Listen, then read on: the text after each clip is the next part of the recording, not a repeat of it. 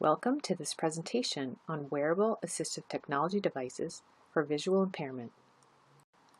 The contents of the presentation are divided up into 8 sections: Introduction, Category Overview, User Characteristics, Specific Devices, Support, Legislation, Funding, and finally, References and Resources. There's a lot of information in this presentation, but for the sake of time, I'll just be addressing the highlights in my narration. I recommend you go back and read the parts of the document you're interested in if you want more detail. Section 1, Introduction. This page presents statistics on blindness and visual impairment. The key takeaway is the context of visual impairment. It's a large and growing problem in the U.S. and worldwide, and disproportionately impacts our growing aging population. On this page, we present some terminology and additional statistics on blindness and visual impairment. There are 3 key terms that may be particularly helpful to understand. Low vision, which is uncorrectable vision loss that interferes with daily activities. Legally blind, which is 20/200 or worse with best conventional correction or a visual field of 20 degrees or less, and total blindness, which is a complete lack of light perception and form perception. It's also significant to note that 85% of visually impaired persons have some remaining sight. Only 15% are totally blind. Section 2, Category Overview. The category I researched was Wearable Assistive Technology for Visual Impairment. Now, there are many types of AT devices and systems that use electronic video magnification or optical character recognition, or OCR. These provide users with access to text and visual information. One option are the large desktop systems. Another option are portable handheld devices. However, as technology keeps improving, there may be a better option: cutting-edge wearable devices. So, what are some of the pros and cons of wearable devices? As far as pros, they're more convenient, provide increased freedom and independence, and support naturalistic interactions. The big con is they could be quite expensive, ranging from about $2,500 up to about $10,000. Section 3, User Characteristics. Who will benefit from these type of devices? The majority of devices in this category are designed to help persons who have significant visual impairment, either low vision or legal blindness, but who are not totally blind. A few of the devices in this category may help individuals who are completely blind. Of course, the suitability of any specific device will depend on various individual considerations.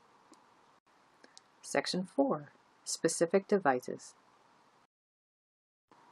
For this project, I reviewed a total of 5 devices. 4 focus primarily on magnification. They are eSight, NuEyes, Jordy, and IrisVision. 1 focuses primarily on OCR, that is, OrCam MyEye. For the magnification devices, eSight, NuEyes, Jordy, and IrisVision, they share a number of common design features.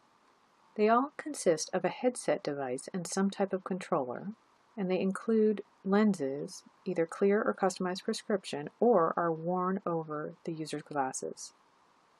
They utilize a high-definition camera on the front of the device, which sends highly magnified live video image to LED screens inside the device, which are directly in front of users' eyes. They utilize the camera's autofocus to enable viewing of near, mid, and far distances. They allow users to adjust magnification levels and contrast and color settings. They also often support capture of still images and allow the user to zoom, pan, and adjust color and contrast of those images. They also have the ability to mirror the headset display to secondary external devices.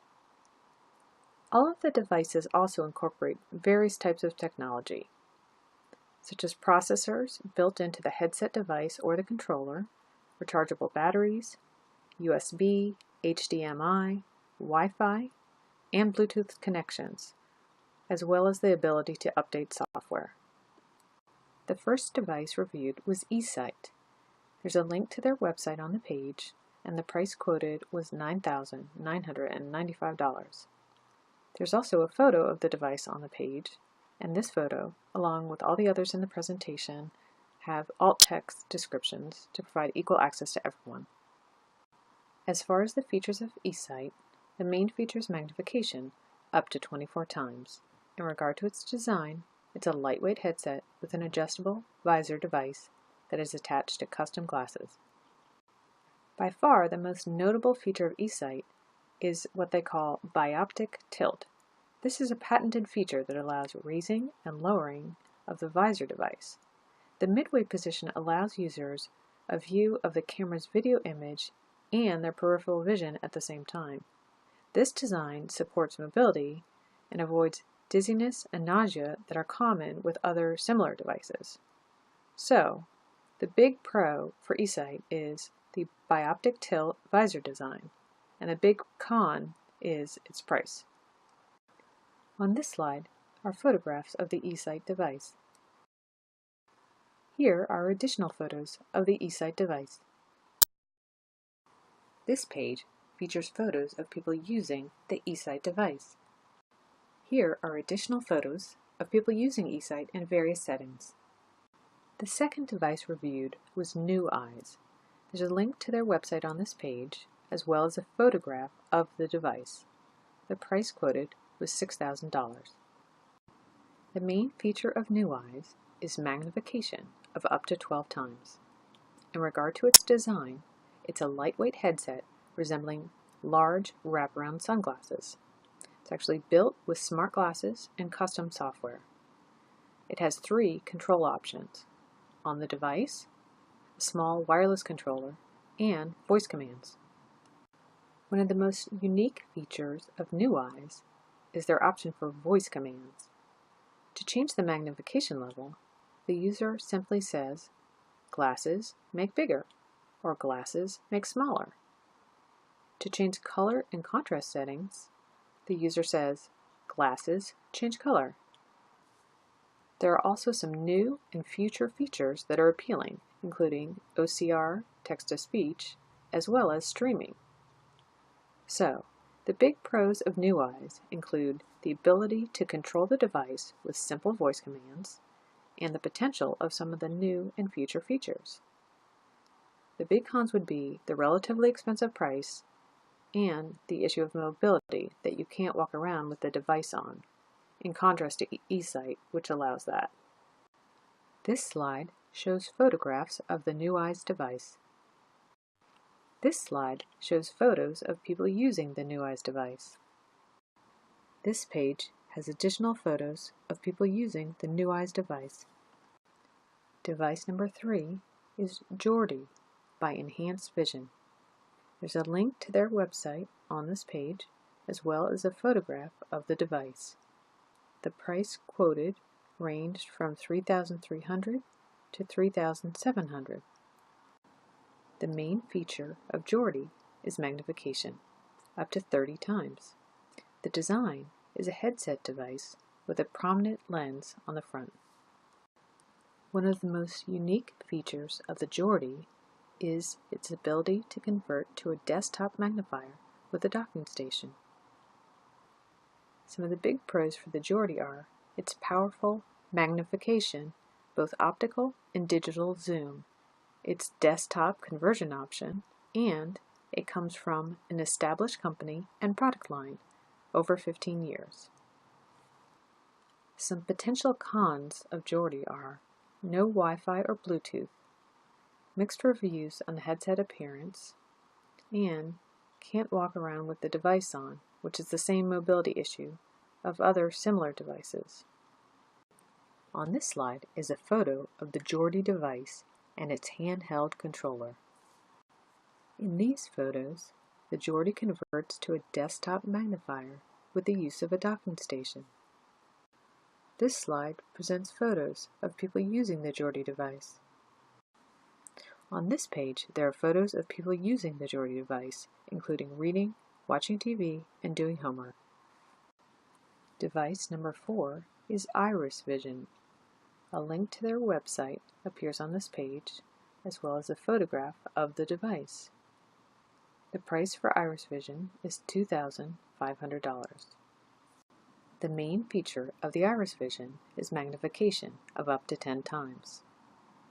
The headset looks like virtual reality or VR goggles, and that's because it's built with the Samsung Gear VR headset, the Samsung Galaxy phone, and custom software.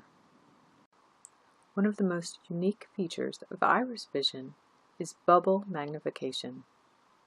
This is a patented feature, and it allows the user to zoom in on one area while retaining the overall scene. You can adjust the size of the bubble area and the magnification level within the bubble. So, IrisVision has several pros. The bubble magnification feature, a wide field of view, and a better price than its competitors. There also are a few cons. The technology may present a bit of a learning curve, and, as with other devices, there's the issue of mobility that you can't walk around with the device on. This slide features photos of the IrisVision device. This page shows photos of people using the device. Here are some photos of people using the device to read text. On this page are examples of the bubble magnification feature. The 5th device is the OrCam MyEye. On this page, there's a link to their website, along with a photo showing the device attached to a pair of glasses, along with its handheld controller. The price is quoted at $3,500. The MyEye differs from some of the previous devices we've discussed. The MyEye design is a very small, head-worn device that clips onto glasses and includes a camera and an earpiece. The main feature of the MyEye is OCR. You initiate the OCR by simply pointing or looking and pressing the capture button on the controller. It also provides audio feedback that advises the user to adjust and retake the capture if needed. The MyEye camera captures text, then the processor immediately converts it, and text-to-speech audio is delivered through the earpiece. Additional features of the MyEye include facial recognition, along with recognition of products, currency, and colors.